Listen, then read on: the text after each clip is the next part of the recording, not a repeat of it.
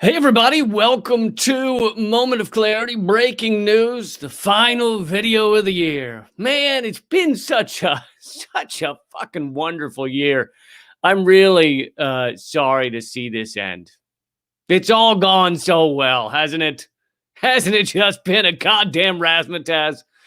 So I got a few things for you on this episode of Moment of Clarity, breaking news.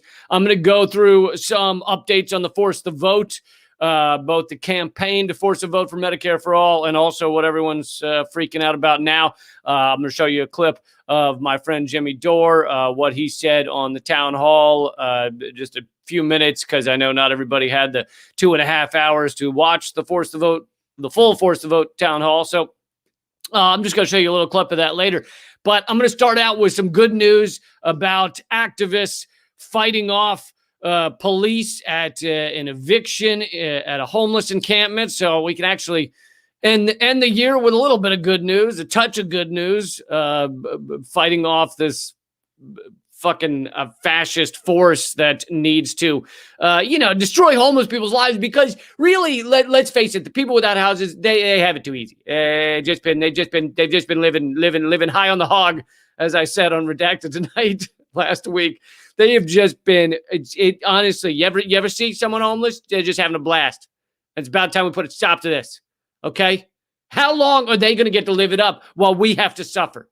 So luckily, we have our police ready to go in there and really make their lives troublesome, because they just have it too easy. So I'm going to get onto that in a second. But what I wanted to say is I don't normally, and by the way, if you're on Facebook, please come over to, please share it. But after you share it, please come over to youtube.com/Moment of Clarity. There you can join in the super chat. Normally, when I do these things, the live streams alone, I don't talk about the donations. That's not really part of it. However, I figured tonight, final day of the year, why not donate all of the super chat money to a organization I just found out about, since we're talking about Medicare for All. It's called, the website is ripmedicaldebt.org. I'll highlight it more later. But basically, they buy up medical debt for pennies on the dollar and erase it. So your donations go directly to erasing people's medical debt who can't pay, who are getting fucked by this system. All the proceeds from Super Chat will be going to ripmedicaldebt.org. And like I said, I'll talk more about that later when we get into the Force the Vote campaign for Medicare for All, which is going on right now. It's in its last few. Thank you, Mackenzie. Mackenzie, let's see, says, I pulled myself away from the Dead South music videos to enjoy your far left logic, Jesus. I don't know if she's calling me Jesus, or are you just signing it, Jesus? I'll take either one. If that was from Jesus, good. Calling me Jesus, being an atheist, it's a little weird, but he had a similar look. I blame him for stealing my look. But anyway, I'll get more into that when we talk about Medicare for All a little later. So all donations going to ripmedicaldebt.org. Okay, so this is happening. I covered the destruction of houses being built for the homeless in Las Vegas. Now we're jumping over to Santa Cruz. This is happening down in Santa Cruz, but this is happening across the nation. That's why I feel like these individual things are worth talking about, because whatever city you're in, this shit's going down. Okay, I mean, some are better than others, but it's fucking happening everywhere. So these are really just samples of what's going on across America. This is happening in Santa Cruz, and as you'll see, it says Santa Cruz activists halt the homeless camp eviction, and I'm going to go through a little bit of the details. But there's been sweeps in Santa Cruz to destroy homeless encampments, and not it's not like they walk in and they give people housing and they show them where they can go. They just go in there and just destroy things and kick them out. But this time around, in this latest siege in Santa Cruz, at San Lorenzo Park, Community members successfully blocked the city of Santa Cruz from implementing phase 2 of their holiday eviction. I love how they have it fucking phased out like it's a goddamn military raid. Well, in phase 2, that's when we dump out the porta potties and we really get them. Phase 2 of their holiday eviction of over 100 unhoused people in San Lorenzo Park. 100. This affects 100 people. And they're like, fuck it, just go in there. Because, like I said at the beginning, they have it too easy. So let's see if we can destroy their lives a little more. Santa Cruz County Health Director, Dr. Gail Newell, stated that she was not advised about it and would have advised against the sweep in the time of a pandemic. So the CDC has said that there should not be evictions right now, both of people in houses and obviously of homeless populations as well. And these cities are ignoring that, or ignoring what the CDC says. But even if there weren't a pandemic, how about it's just fucked up to begin with? How about that? But yeah, right now it's obviously even worse. So these protesters succeeded in stopping this latest eviction, but only for a week. And they did it through the courts. They went into the courts. They succeeded to in getting the courts to halt the attack on the homeless. The police in this moment and in many moments, they act as the fascist fist of the corporate state. The corporate state is ruling over these things, destroying people's lives, extracting the wealth and the labor out of people, and they send the cops in to enforce that shit. To make sure that people aren't being homeless successfully, aren't getting lazy in their homelessness because they're sitting in a park where these people have gathered. And let's talk for a second. Why are these people there? Are they there because it just looks like so much fun to chill in that park? Is that why they're? No, they're there because this system has fucking chewed them up and spit them out and not given them the safety net they deserve. That's why they're there. They're not there because it's just a great time to not know where you can go to the bathroom, or to be cold every night, or to wonder where you'll get food the following day. They're not there because it's just fucking loads of fun. And so it's like, even if this weren't a pandemic, these cops should not be sent in there to do this shit. They should then, obviously, if cops actually stood and thought about what is the moral thing to do, they should refuse their orders to go in there and do this. But that rarely happens. Rarely do police actually stand up for what's moral. Even, depending on what their orders are, they tend to, not depending on, they tend to follow the orders no matter what. And so here is so they stopped him. Now, that didn't stop the cops from arresting various people at various moments. Maybe it was phase 1 where more people got arrested in this raid on this homeless camp. One of the people who was arrested emailed me, Keith McHenry. He was arrested in blocking the police from the initial attempts to evict everyone. And he is one of the founders of Food Not Bombs, which you've probably heard me talk about before. Food Not Bombs, an impressive organization that does a lot of good work, both protecting the homeless and getting food to people. I believe not bombs. Food not bombs. This time, they're working on a new version next year called Food Some Bombs.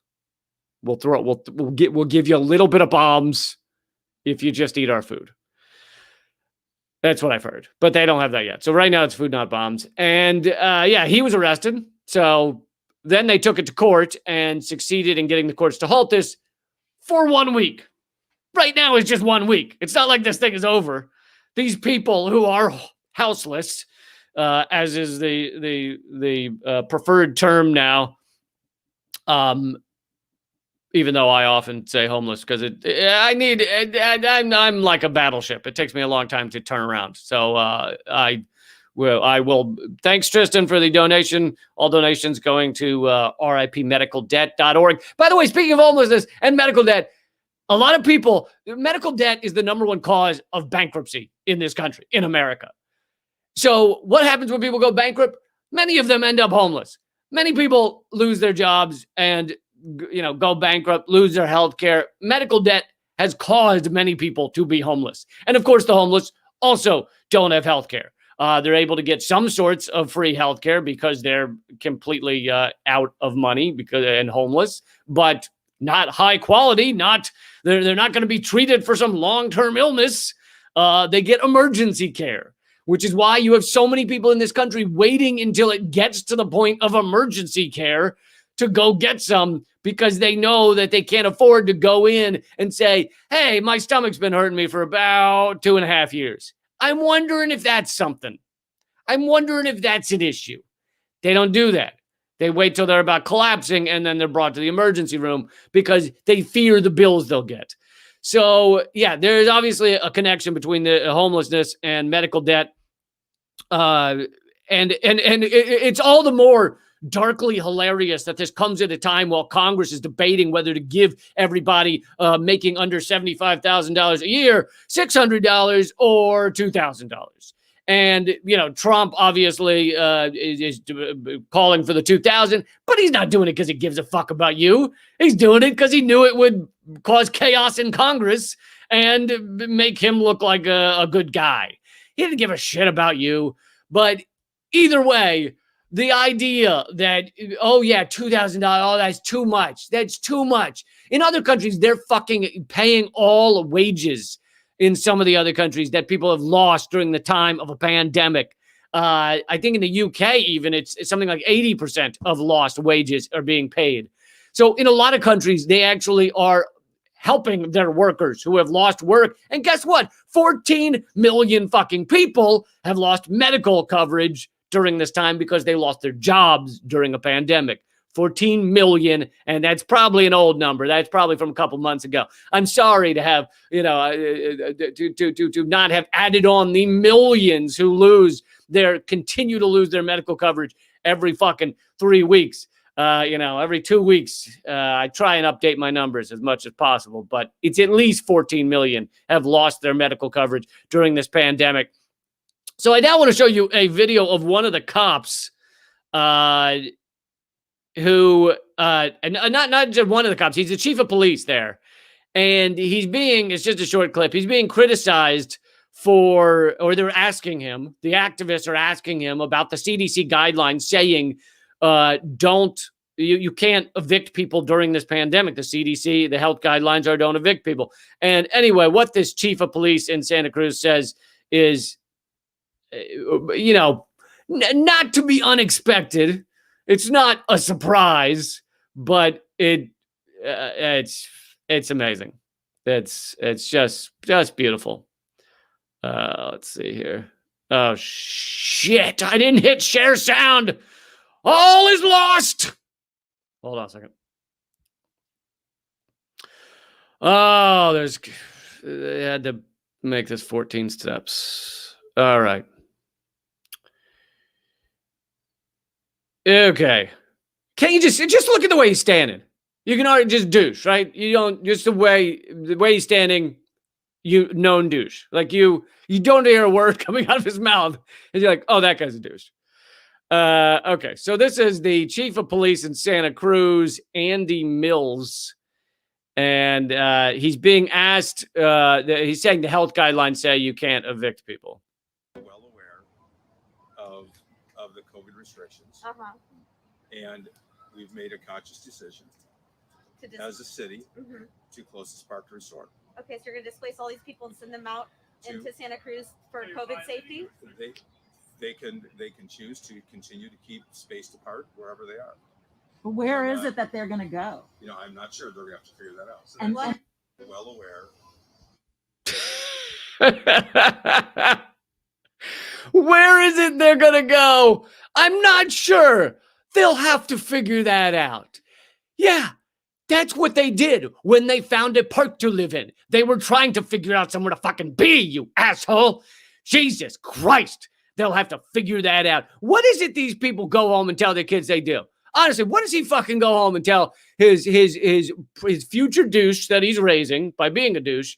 What is it he goes home and tells them that he does during the, well, I evict homeless people, kick them out of parks so that they can find less suitable places to live, not in a home. Yeah, they're going to have to figure that out. Yeah, you think? Wow.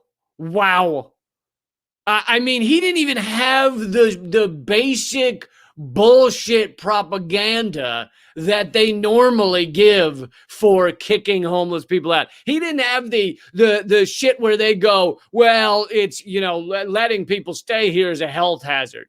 Yeah, to who? How about being homeless is a health hazard? How about their lives having already been destroyed is a health hazard? Not having health care is a health hazard. Not the kicking them out of the park. Who's that rescuing? Oh, it makes it more comfortable for people who want to stroll through the park. How about you tell the people strolling through the park that, hey, these other people, they need to live here because their lives have become shitty because we don't treat human beings with any goddamn respect. And so they're going to live here. So why don't you stroll somewhere else? How about that? How about you tell them that? How about you tell them that you walking through the place that the homeless people are now living is a health hazard? You're invading their space because they want to fucking have a park to stay in because they've got nothing else. So you go walk somewhere else. I mean, he didn't even have the basic propaganda. Hold on, let's see some of him again.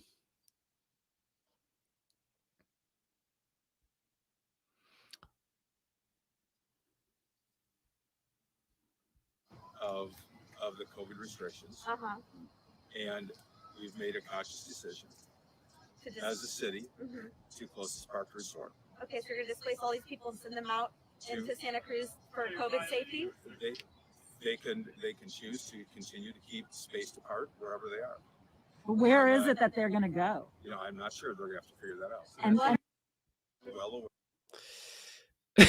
They can choose to be spaced apart wherever they go. Yeah, they can. Wherever it is.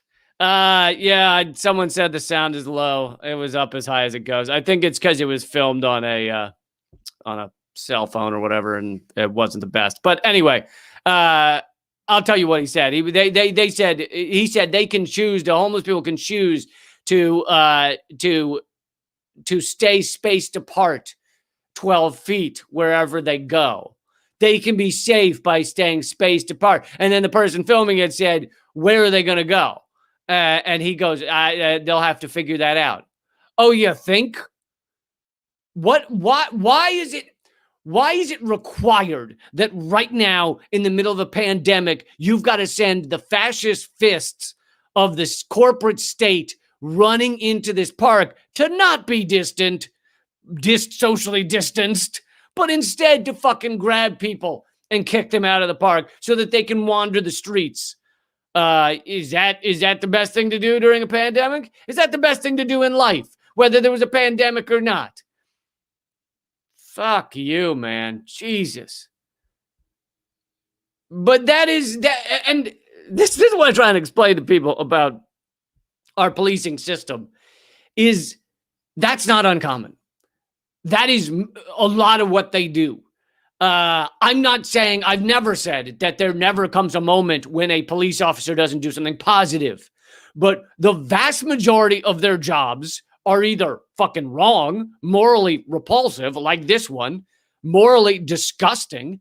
Fucking, if you created a society and you said, let's behave well to each other and let's give a shit about each other, you would not create what the job he's doing right there, and you would not create a situation where people are living in a park because in the richest country in the world, you don't give a fuck about them.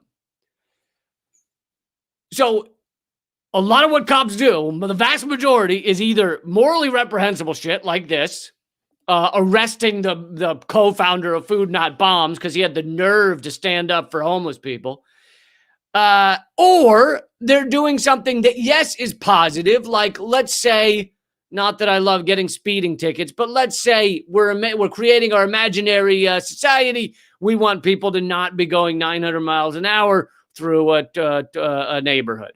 So we create speed limits and we create tickets that you have to pay if you're going way over that. fine. I'm okay with that. I don't like children getting run over. Even, the signs that say slow children playing, even slow children deserve to live. I've taken some flack for that stance. But I strongly believe that. Even if you've got one of those neighborhoods with the slow children playing, even the slow children should not be run over unceremoniously, splatted across your windshield. And besides, there's the fact that most windshield wipers are not ready for that kind of industrial grade cleansing. Most windshield wipers would not clear off like a slow 10-year-old. So there's multiple reasons that I think even slow children should be allowed to play. Thank you, Juliet. All donations are going to ripmedicaldebt.org, which I will tell you more about coming up. Thanks a lot, Juliet. That's awesome. But I also know that a lot of people are suffering in this country right now. So I don't expect everybody to donate. If you're having a rough time right now, please do not donate.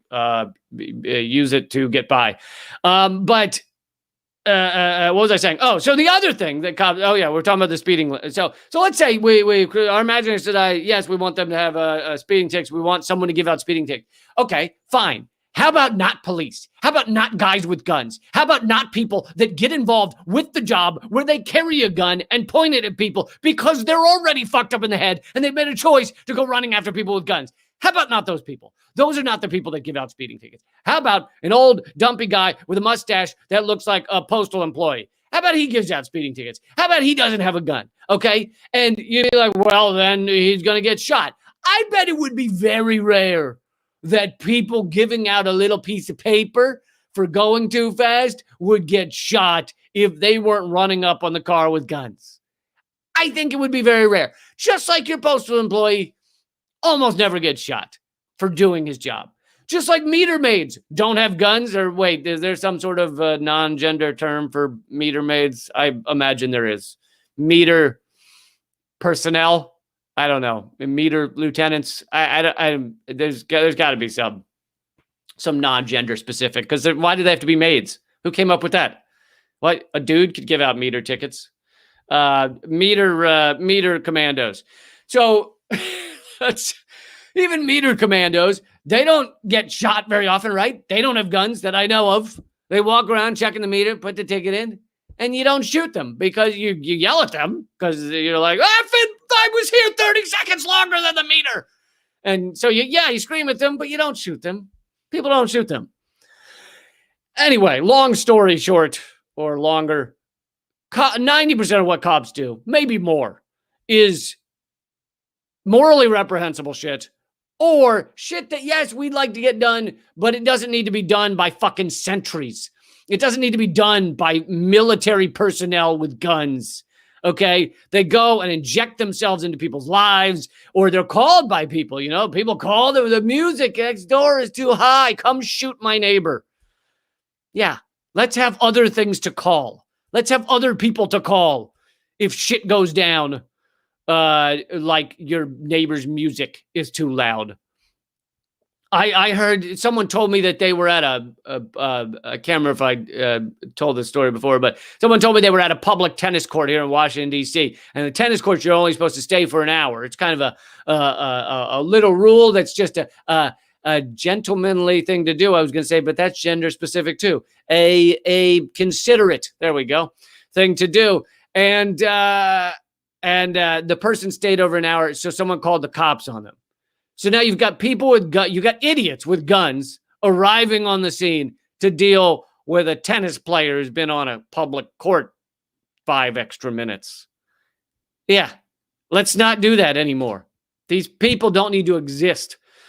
Okay, so that was the homeless encampment in Santa Cruz. Like I said, these are going on. This kind of thing is going on across the country right now. You have more homeless than maybe ever before, I'm assuming, considering we've got basically an economic collapse coming. We have 1 out of every 3 Americans, as I covered on Redacted tonight, says that in the past week, they've had trouble paying bills or buying food. 1 out of every 3. So it's and then of course you have the medical situation. So let's get into that. I want to show you a clip of my friend and yours, Jimmy Dore. This is not a funny clip. This is a clip about his battle with healthcare and health issues. And I thought this was particularly it's sad, but it's moving. And I think a lot of people don't know Jimmy's story. For those of you who don't know about the Force to Vote, there is a campaign going on right now. By the way, all donations in the super chat are going to ripmedicaldebt.org that gets rid of people's medical debt. And the reason you might think, well, why am I donating to them to get rid of medical debt? Why don't I just get rid of medical debt? An organization can buy up medical debt for pennies on the dollar and erase it for a lot less than the debt actually is. I'll describe that more in a bit. But so there's a fight going on right now. Thank you, Pirate Ray. There's a fight going on right now to demand a floor vote in the House to get Medicare for all on the House floor. Now, it very well could pass the House. It's like, doesn't have, they claim it doesn't have quite enough votes, but it could. Once enough pressure, once enough furious people, as AOC said, although she now doesn't support this, AOC said, bring the ruckus. All right, bring the fucking ruckus. Here's your ruckus. It's on your doorstep right here, right now. Here's your goddamn ruckus. So there's pressure to bring that vote on the House floor. The Nancy Pelosi needs a certain number of votes to become House Speaker. Now, she's almost guaranteed to get it, but it's only within a few votes. So Jimmy Dore said, hey, let's demand that people like AOC, the squad, all of them withhold their votes from Nancy Pelosi unless she brings Medicare for all to a House vote. Reasonable idea, right? Reasonable demand. Everybody supports 70% of this fucking country, including Republicans, support Medicare for all. Something like 85% of Democrats support Medicare for all. It's just now is the time. You got a pandemic. You got people losing their health care. 14 million lost their health care since the pandemic started. Now is the time. This is when the pressure is highest, and you're demanding something for your vote of the sleazy, corrupt, awful Nancy Pelosi. Anyway, people then have been attacking Jimmy, have been going after him. I mean, if you want to see who the kind of sleazy liberals are who don't actually stand for something, and I'm not talking about the Congress people. I mean, we can talk about them too, but right now I'm talking about the people on Twitter and shit that you think seem left-wing a lot of the time, but then when someone demands that we stand up for something, all of a sudden they're like, oh, it's too soon, don't do it, and also you're an asshole for demanding that. What a fucking asshole you are for saying there should be a vote on Medicare for all. And so they're attacking Jimmy and everything. So this has continued to build. Right now, by the way, on Twitter, either Jimmy Dore or Force the Vote or something is trending. So this is a big deal. I talked about it before. I did a long video on it before, so I'm not getting into all the nuts and bolts right now. But I wanted to show you Jimmy's story that he gave last night on the Force the Vote town hall, and it's pretty moving. He was basically he started it. I think I don't have this part in the clip. He started it by saying, a lot of people have claimed he's not allowed to talk on this because he's not an organizer, because he doesn't have a fucking diploma on the wall that says official organizer. So he's not allowed to demand this. He's not allowed to say this. And it's, that shit's thrown against me and anyone who's like an online personality who isn't like the president of the nurses union. Only they are allowed to tell you when we get a vote for Medicare for all. By the way, the heads of the nurses union have been one of the good people on a lot of this stuff. But as if you have to have some sort of fucking secret handshake and a name tag to be able to demand something from our fucking corrupt, awful, disingenuous, disgusting Congress. Yeah, I do what I do because I'm repulsed by everybody with the diplomas on the walls. If you have a diploma on the wall, I'm not, you're probably a good person. I'm just saying, a lot of these shitheads are like, I went to Harvard, so I can tell America what to do. I went to Princeton or Yale, and I only speak to other people who went to Princeton or Yale. I've got an idea. Go fuck yourselves. How about that? So the idea that Jimmy or I or any of us have to be some official organizer, official education, official resume to speak on this is bullshit. But okay, so here is Jimmy last night.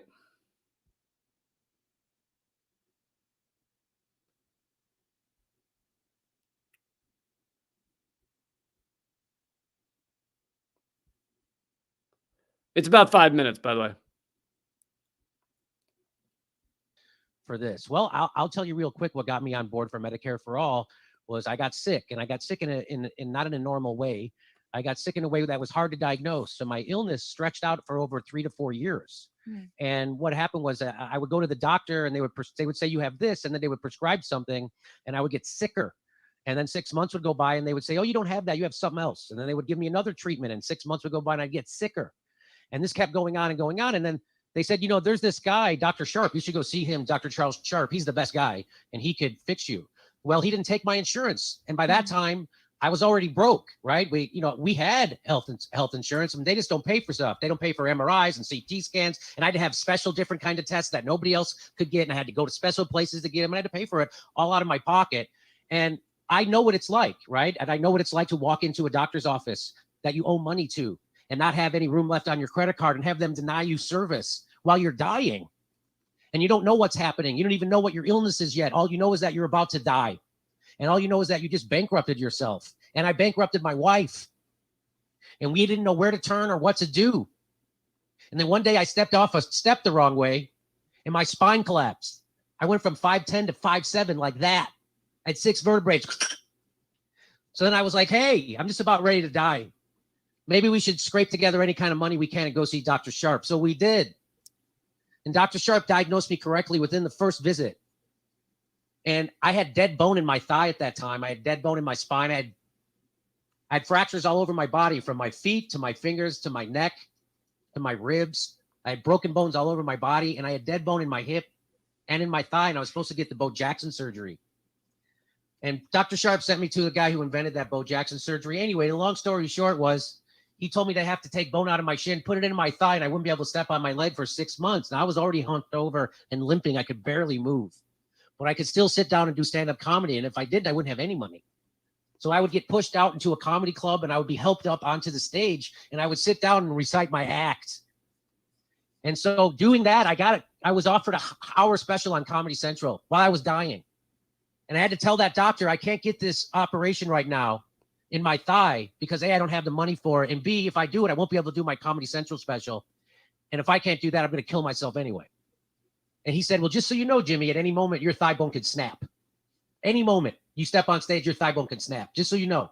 And I said, well, that's a chance I got to take. And so we went bankrupt, and I didn't get that surgery. But Dr. Sharp, after 4 years of being misdiagnosed, finally helped me get back onto the road to recovery. And I'm still recovering today. And I don't think anybody has to go through that. I don't think anybody, because they got sick, should have to face wanting to kill themselves, bankruptcy, financial destruction, and not knowing where to turn, and not being able to get the help you want because they don't take your insurance. It's a crazy situation we're into, and I hope that that would give me the gravitas to be able to advocate for Medicare for All on behalf of me and my family and other people's families who go broke or are worrying about getting sick, because everyone knows we're one unique illness away from being bankrupt and out on the street. Everybody knows that. And if they don't vote for this right now, they're telling you they don't care. They'd rather protect themselves and their career and their position inside a party than help the people who elected them, who are dying in the middle of a deadly pandemic and the worst economic crisis in our history. That's what's happening. And I know I was told that I'm not allowed to advocate for this because I'm not official. Well, I'm telling you that this story gives me the ground to stand on. And people who have the same story like me, who don't have time to go out and be a professional organizer. I'm speaking for them. I'm speaking for the people who go bankrupt. I'm speaking for the people wwho die every year. The 40-some thousand people a year who die because they don't have health care. I'm speaking for them. They don't have time to go out professionally organize. We're doing it for them. Because I don't think anybody should have to go through what I went through or what my wife went through ever in the richest country in the world. People who have worked all their lives every day shouldn't have to go through that. And when you have the power to do something about it, you should use your power. And if you don't use your power, shame on you.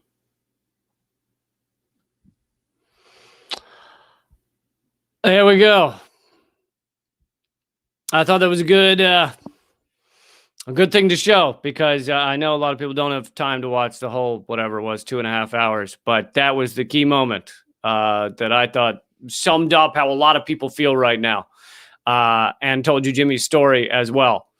And, you know, it's tough for me to even hear it, because he is a friend, and I hope he's I didn't know a lot of the details of that. I knew he had something, but I didn't know a lot of the details. So I obviously hope he continues on his path to recovery. But I mean, it's just so fucked up. The amount of attacks he's taken for demanding that progressives in Congress, 5 or 10 of them, actually stand for something. It's just incredible how attacked he's been, how furious these like fake left-wingers have gotten that he dare demand anything of the so-called progressives in Congress. I mean, honestly, I keep looking for the really great reason that Medicare for all vote in the House can't happen right now and wouldn't be a good idea. I keep waiting for this really great reason. And all I've heard so far is mainly people going, well, you can't do that right now because Jimmy Dore raised his voice. I don't like the way Jimmy Dore talks. Seems to be like the main reason that I've heard. Or well, he supported Tulsi Gabbard and I don't like Tulsi Gabbard, so therefore no one should have health care. What the fuck are you talking about?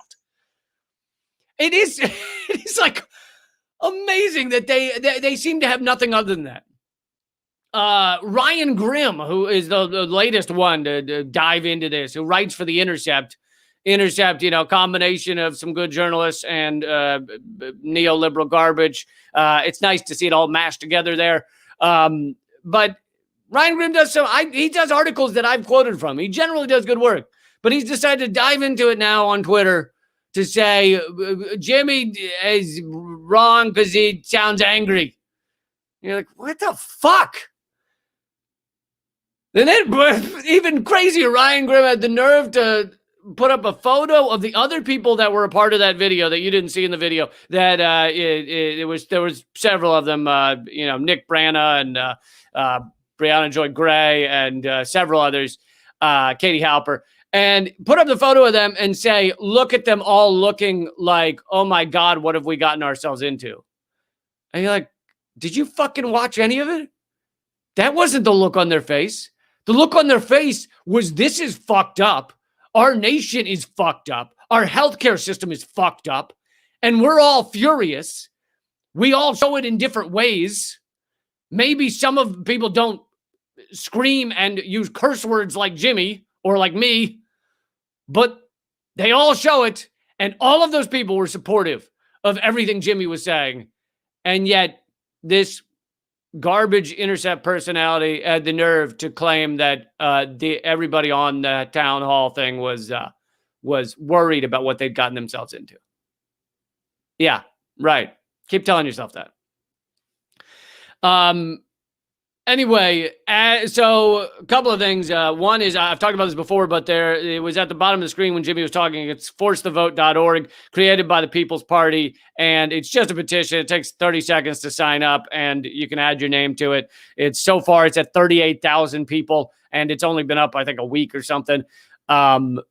Pretty incredible. I don't think that petitions online do a whole lot of shit. Like, because Congress people, there may have been a fancy time back in our past when you would get a lot of signatures and you deliver to Congress and they'd go, oh my goodness, that's a lot of people. And it would change their mind.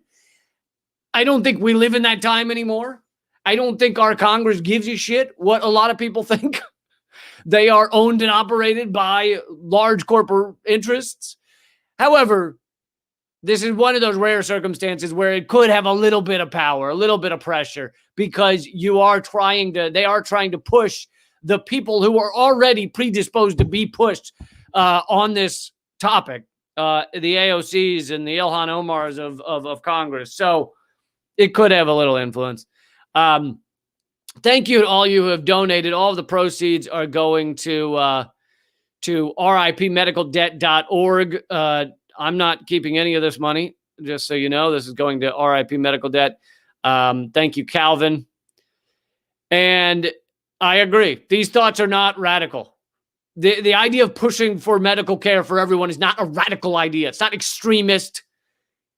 It doesn't matter how loud you say it. It's not a radical idea. In fact, it's what every industrialized country has. So how can that be radical? It's only the U.S. that are fucking do this to people anymore. And so to tell you a little more about RIP Medical Debt, I can show you the page here. I only found it the other day, but well, hold on before I do that.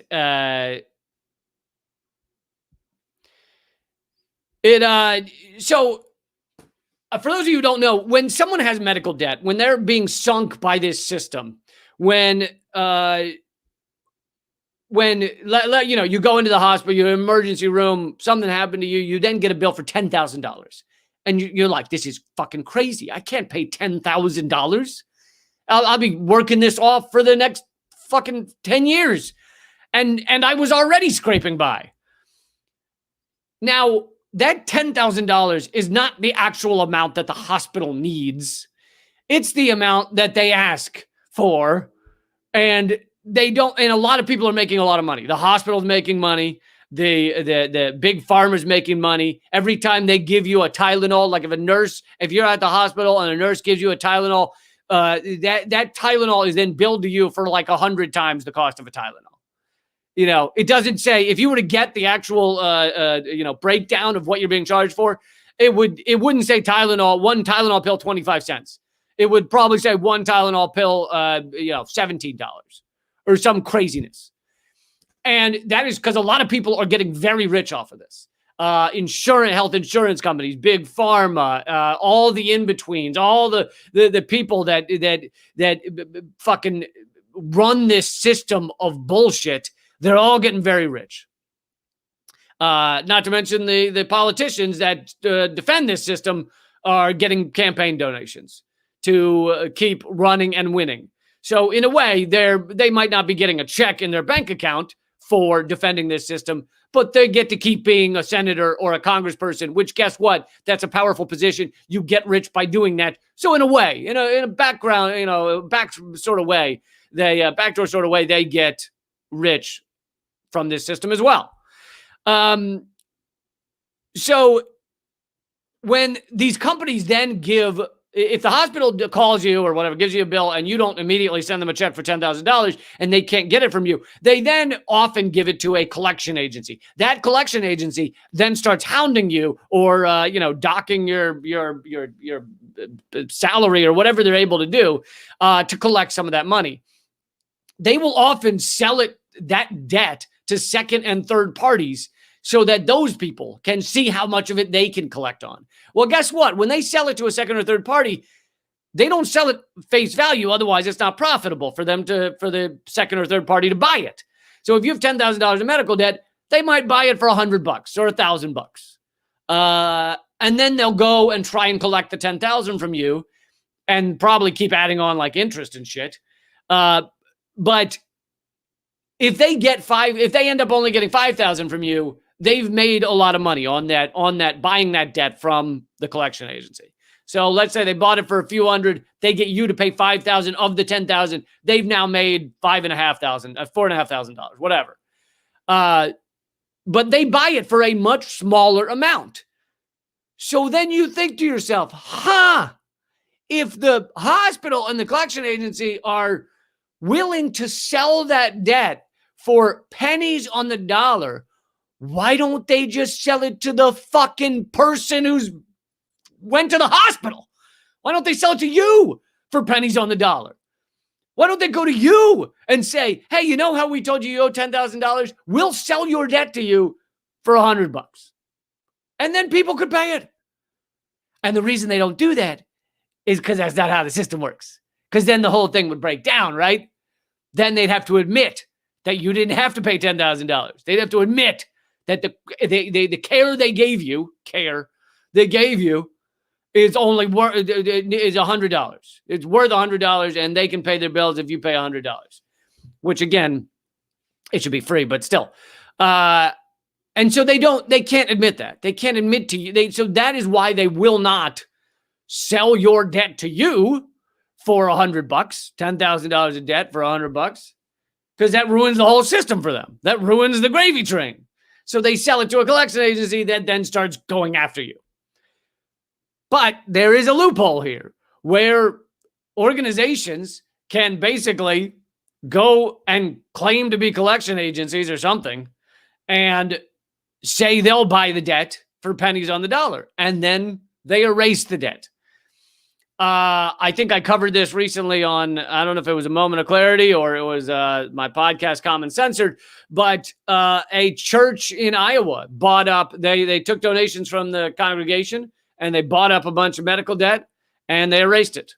And this means that these people who were under the dark clouds of this medical debt, their life is now completely altered. They now are able to go about their lives in a normal way without fear of every day that they owe this crazy amount of money. So that's what RIP Medical Debt does, is they buy up this debt for pennies on the dollar, and then they erase it. They delete it. So I just found them recently. And anyway, every donation to this super chat will go to that. So if you donate $1 in this super chat, it will erase $100, I believe. Yeah, $100 of medical debt. Isn't that fucking nuts? So if you were to, and you can also go to the website, but if you want to do it through the super chat, that's fine with me, and I will make sure those donations get to them. But if you donate $100, it deletes $10,000 of medical debt. Isn't that fucking nuts? Like, because they should just do that to begin with. If we were a rational, moral society, but we're not. We're a profit over all else society. And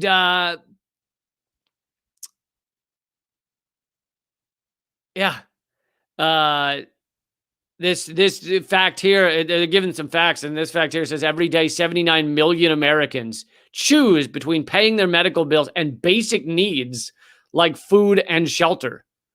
79 million are under a cloud of medical debt where they have to try and figure out how the fuck to get out from under it. And so here's what medical debt, RIPmedicaldebt.org has erased so far. $2,923,000,000 of medical debt has been erased. It's totally ridiculous that this even has to be done. But anyway, if you're on youtube.com/moment of clarity, you hit the little dollar sign next to the comments and you donate, all the donations will be, all the proceeds will be donated to RIPmedicaldebt.org. And for every dollar, $100 of medical debt will be erased, will be gone. From they basically they'll if you go over to the website, they'll explain how they find the people to delete their debt, but erase their debt, but it's basically random. They find people suffering under medical debt and they erase it. All right. Well, I'll spend a few minutes if you want to keep hanging out with me. Thank you, Underhill, for the donation. Spend a few minutes seeing if you have any questions or topics you'd like to discuss.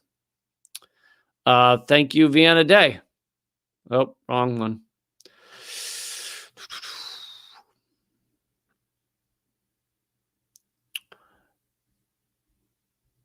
And thank you, Lucy. Everybody should check out Lucy Dyer's art if you get a chance. She does wonderful art pieces. And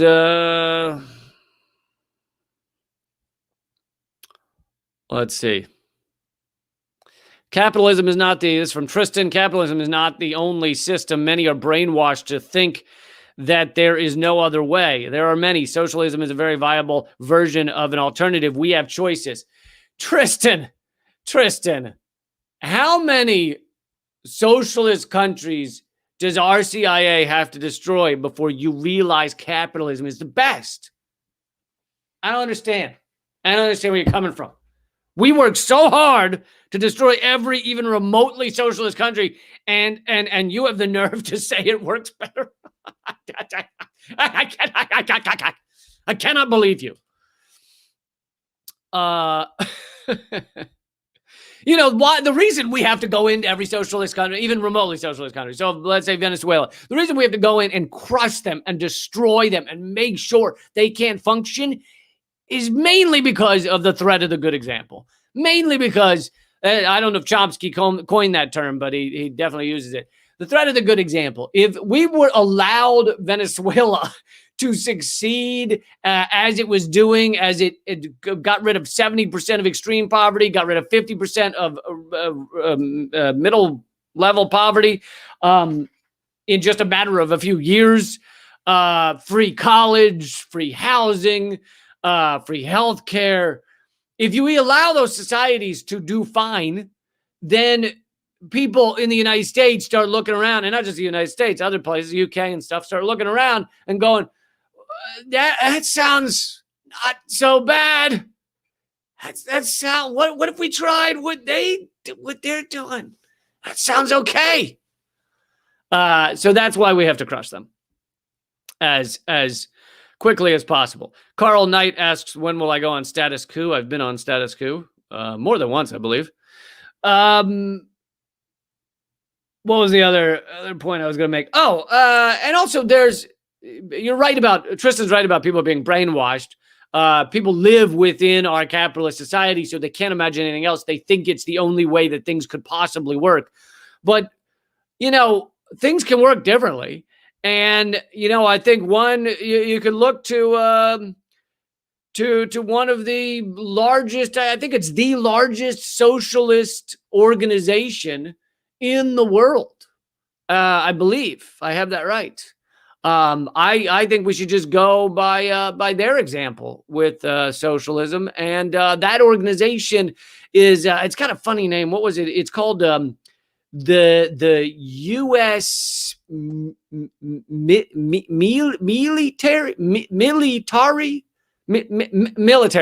The U.S. military is I believe, the largest socialist organization on planet Earth.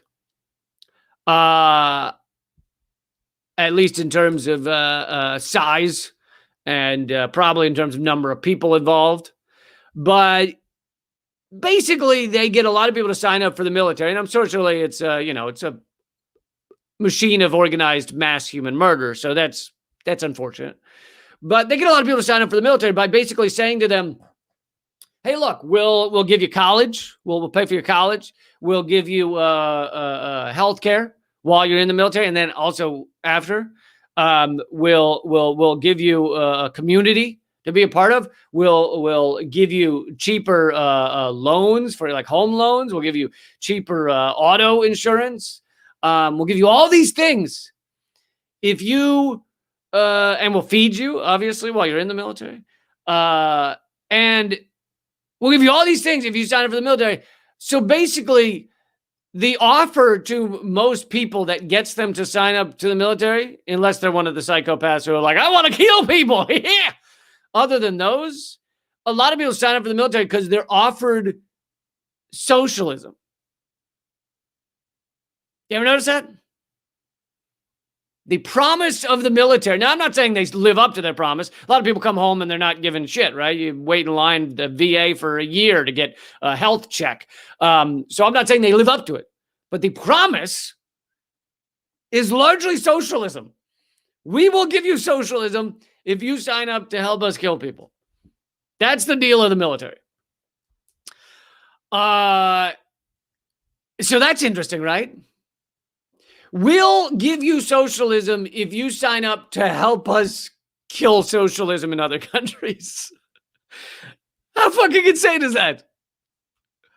I mean, that really is what it is. Because, you know, having a society, we live in a post-scarcity world. You could easily have a society where everyone is clothed, everyone is housed. We have more empty houses than we have homeless people in this country. We obviously have more clothes than we need. People wear clothes for 3 seconds. You're given t-shirts as shot at you from a cannon if you go to a sporting event. All right, we got t-shirts everywhere. People, I can't go 3 minutes without someone giving me a t-shirt. I am fully clothed. I don't need everyone throwing t-shirts at everybody. But they're everywhere. There's plenty of clothing. There's plenty of food. We throw out 40% of all food. So we live in a world where everyone could be housed, clothed, fed. It wouldn't be that difficult. But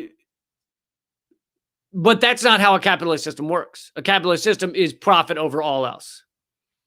Now it's how our military works because they give you the promise of socialism if you join the military.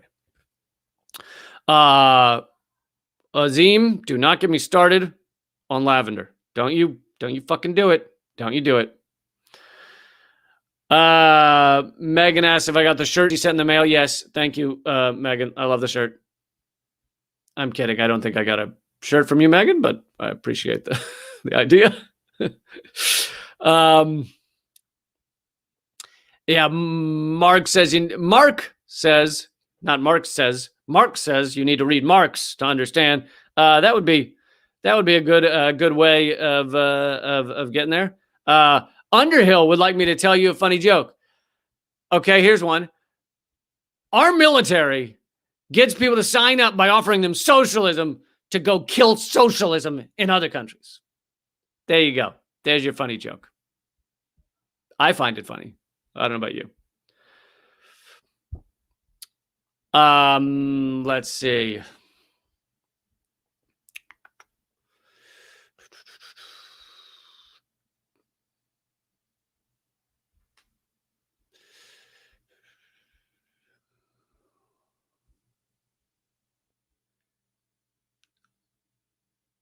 Thank you all, by the way, for hanging out and donating. Those of you who donated, every dollar is going to ripmedicaldebt.org, and of those dollars, they then get multiplied times 100, literally times 100, for the medical debt they erase. You donate $1, $100 of medical debt is erased in the U.S., and you donate. You know, some of you have donated $30. I guess someone donated. That's $300. Sorry, $3,000 of medical debt erased. Someone, if you have, so there's someone out there who has $3,000 of medical debt hanging over their head. They don't know what they do. They don't know how they're going to pay it. They literally are cutting back on groceries to pay it, and that could get erased by the $30 donation. I mean, it's insane and incredible that our system works like that. Mark says corruption is a pandemic. Yeah, that's the real pandemic. All of us are acting like it's just a virus. The real pandemic that's killing our people across this country. What was it? Jimmy said 40,000 die a year from this system. It's probably more than that, but that's probably the ones that you can just directly tie to our healthcare system. But the real pandemic is.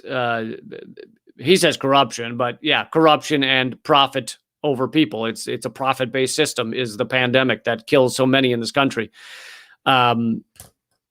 And thank you, Mark. If you're on Facebook, please come over to youtube.com/Moment of Clarity and hit subscribe and hit the bell icon. If everybody who's watching could also check that you are subscribed, please do that, because a lot of people think they're subscribed and then they get unsubscribed by YouTube. YouTube will just knock people off just to make sure my numbers stay low. So thank you all. Thank you, Roman, for the donation.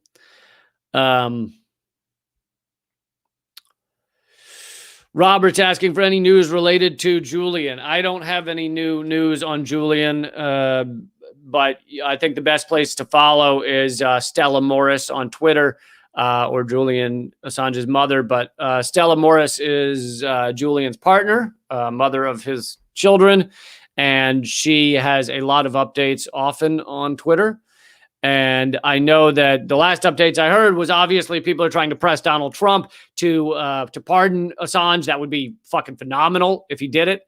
It would be amazing. I know he would only do it to piss off the other ruling elite that he hates so much, but I'm fine with that. If he wants to get his revenge by pardoning Julian Assange, fucking go for it. Yeah, Donald Trump, you fucking get that revenge, man. You get it. You get it. I don't give a shit why he does it. I know it won't be because he cares about Julian Assange. I know it won't be because he cares about those who care about Julian Assange. I can guarantee you that. But fucking don't care at this point. Just hoping Donald Trump does some swing for the fences moment, pardons Julian Assange, pardons Edward Snowden, pardons Chelsea Manning, even though she's obviously, for now, done serving her time until they find a new reason to lock her up. But that I think people should keep pressuring him. I mean, look, it's worked before, all right? Donald Trump pulled out of the Trans-Pacific Partnership, the largest corporate power grab ever created. He pulled out of that because of activism that was pressuring him to pull out of it, to hate it. And he did it not because he cares about people, not because he thought it was a bad deal, even though that's what he says. He didn't read it. He doesn't even know what's in it. He pulled out of that for two reasons. One is because activists, which, you know, he does care about his base. So his base was telling him it was garbage. And the second reason is because Obama basically wrote the thing, his corporate lawyers and everything, and Hillary supported it. That's why Trump pulled out of it. But the point is, his reasons don't fucking matter. It worked. And now Joe Biden's going to sign back on. But hell, we got 4 more years of...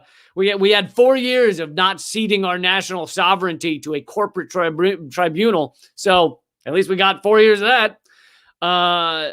And so it's similar with Julian Assange. His reasons don't matter. But Trump does respond to his base. He does respond to people telling him he should do something, depending on what it is. When it's a lot of people, when it's thousands and millions of people. That's a new number I made up, thousands and millions.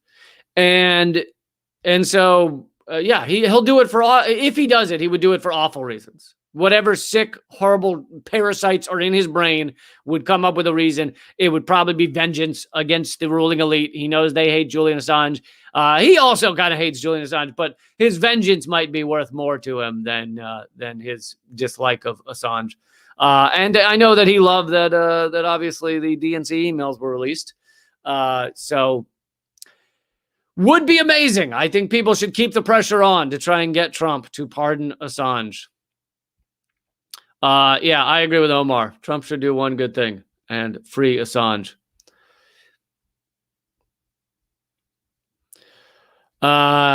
Yes, someone else mentioned that he did pardon the awful killers, the Blackwater killers. Fucking horrific, because Trump is a horrible human being. But it was one of the Blackwater kill. They created a massacre in Iraq. I can't remember how many actually died. I feel like it was in the 30s. But they basically they're at a traffic stop in Iraq, and they get out and just murder 30-some people because they didn't like being at the traffic stop. And they it's one of the few times when our military has actually succeeded in prosecuting, or not our military, I guess it was civilian court, but prosecuting our hired killers. And one of the few times that they were actually locked up, and Trump then went and forgave it, pardoned them. Thank you, June. June Henry just erased $2,400 of someone's medical debt at ripmedicaldebt.org. Anyway, write that. I know people are struggling out there, so many people are not able to donate. That is fine. But write that maybe when times get better, write that down, ripmedicaldebt.org, and you could donate to get rid of someone's medical debt. All right, I'm going to wrap up here in a second. Thank you for a good last hang of 2020. I'm not going to mourn the loss of this year. I'm not going to mourn this year being over. Let's hope 2021 brings fucking something else. Something really anything else. Really, just anything. It's like fucking turtles take over. They suddenly get 3 stories high and they brains like Stephen Hawking. Then and they take over. I'd be all for it. I would. Turtles taking over. I don't like. My point is, I don't care if crazy shit happens. It's got to be better than this. It's got to be better than where we're at. All right, everybody, please share. Please join me. I do these almost every single weekday, except the holidays have made things weird. But in general, every weekday, except sometimes. Keep fighting out there. Happy 2021. See you in 2021. Later.